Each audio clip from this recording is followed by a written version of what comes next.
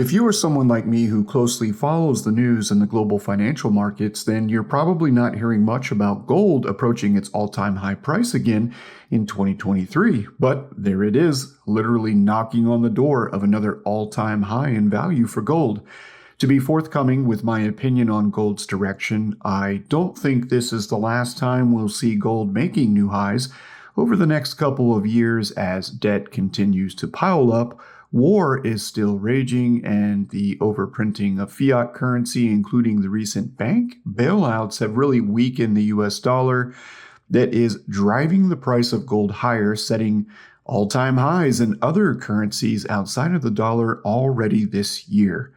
Now, due to the higher price of gold, I've been saving more of my wealth in silver with each of my incoming paychecks, which I do consider to be more of an opportunity metal when it comes to comparing gold and silver together. Gold's historical price today is pretty high, as you know, and silver's ability to really pump up fast when gold does make big moves is still on the table. Silver is also cheaper. I can buy more of it. I can actually unbox more of it here on the channel, which I enjoy doing, and I just generally like the look of silver. But if you're a gold stacker, there are still opportunities out there today, and I do think the price is just going to go higher. All right, I'm going to show you the 25-year gold chart now, and as I'm sure you're aware, if you're interested in no longer being broke, that is, it's usually a better strategy for financial gains in wealth to buy assets when they are valued low and to sell those assets or trade them when they are valued high. Congratulations, by the way, to gold stackers or investors who were buying gold well under $1,000 that have held their shiny coins and bars and witnessed the value of gold rise very nicely over time, as you can see here.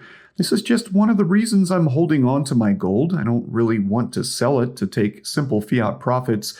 I think there are some other really good reasons to hold gold today, and that's why it's definitely something I think you all should have.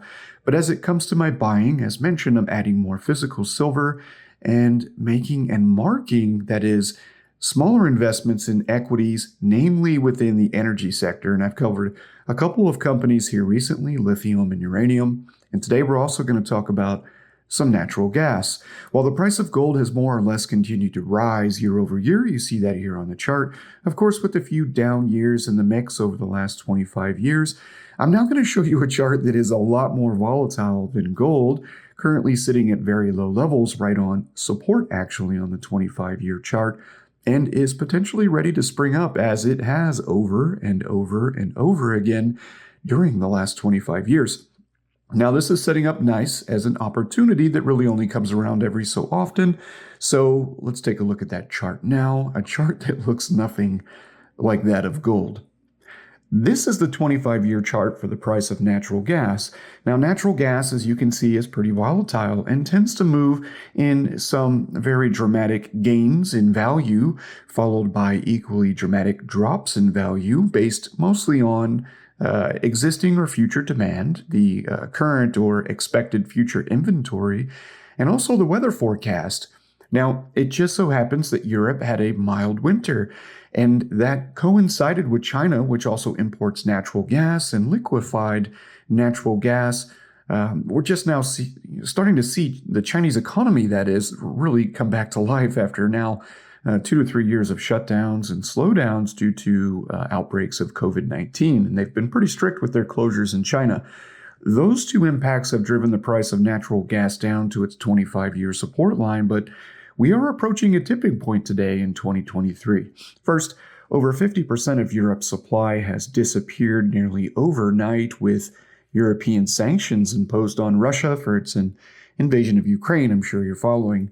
Western Europe isn't buying Russian gas any longer. And while that supply has disappeared from their markets, the demand still remains. And this has led to swift political pivots across Western European countries who became over-reliant and on still developing green energy alternatives and also, obviously, cheap Russian natural gas over the last couple of decades. Now, today's video sponsor is MCF Energy, stock ticker symbol MCFNF in the United States. And the company has moved quickly along with many European countries to renew exploration and drilling for natural gas on the European continent as relatively the whole continent is now moving quickly to offset energy imports with some additional domestic energy production, along with their existing green energy efforts in wind and solar and hydro. Now, just a year ago, this wasn't a possibility. Germany, for instance, which is very rich with coal, had all but stopped mining coal, and many nuclear reactors across the continent were scrapped, or plans for new ones were no longer on the table. This increased Germany's reliance on gas to power its strong industry. Today, MCF Energy has several ongoing projects in Europe. The company will soon be drilling in Austria and Germany, and this company is fully funded and carries zero debt, currently pursuing additional projects through exploration for gas deposits. So let's go ahead and listen into some more information about the company, about the current environment for natural gas, as well as some of those projects now. Before the Russia-Ukraine war, Europe declared a war of its own against fossil fuels. It's called Renewable Energy Directive. You've probably seen the headlines. The EU announced it would reduce greenhouse gas emissions by 32% by 2030. It upped the goal to 50% in May of 2022, and the EU says it will become climate neutral by 2050. And Bloomberg estimates the EU will spend a whopping $5.3 trillion on this green initiative. Because Europe was so focused on going green and it could get all the cheap gas it wanted from Russia, the continent didn't invest nearly enough to secure its own domestic energy sources. In fact, it was rapidly taking domestic energy supply offline. Germany remains deeply divided about the closure of the nuclear plants, the decision taken by Chancellor Olaf Scholz after political pressure by his coalition partner, the Greens, has been called irrational during an energy crisis. In a complete about-face, Europe will be forced to earmark the trillions it was going to spend on green energy into investments in oil, gas, and even dirty coal. In fact, they've already started. The EU has already spent $1.7 trillion saving its economy from the effects of the Russian energy crisis. But this Russia-Ukraine war has only lasted 1 year, and we're just seeing the beginning of the implications for Europe's energy markets. In short, this is just the beginning of what I'm calling the $5.3 trillion global energy reset. You and I both know when a desperate government decides to turn on the money spigots, they buy first and ask questions later. And a number of European energy companies will make a fortune. Right now, European governments are doing everything in their power and spending as much money as it takes to make sure the continent has enough energy to survive. Without energy, the lights don't turn on, cars don't run, and homes don't heat up. People can't afford to heat and cool their homes, and utility companies can't afford to operate. Already, one of Europe's largest utility companies had to be bailed out by the government. The IMF says it will cost at least €1 trillion for the EU, that's 6% of annual GDP, to continue supporting its people and companies until energy prices normalize. And that's on top of the $1.7 trillion the EU has already spent. The race to secure Europe's energy security is on, and the government has shown it will spend any amount of money, do absolutely anything to solve this crippling problem. I co-founded MCF Energy to help Europe build a bridge to renewables and not have to rely on more expensive and higher CO2 impact natural gas imports. MCF Energy already owns a portfolio of high-quality gas assets in Europe. We have a 20% stake in the massive Welschau prospect in Austria, which will be drill tested later this year. This project is only 18 kilometers from pipeline, and based on independent estimates of the size of the potential of Welschau, it should go a long way to helping Europe wean itself off imported gas. We have also acquired an incredible German company called Genexco, which has spent the past decade painstakingly building a portfolio of 10 plus promising gas projects throughout Germany. Remember, Germany is Europe's largest gas importer and has the greatest need for energy. And MCF Energy's world-class management team, with decades of experience in the European energy sector, has a first-mover advantage as we continue to look for high-quality natural gas acquisition targets throughout Europe. Our CEO, James Hill, worked with me at Bankers Petroleum. He personally led exploration and production efforts for bankers in Europe. That company was valued at over $2 billion. The more energy we can produce in Germany, in Austria, the more politically safe and economically safe they will be.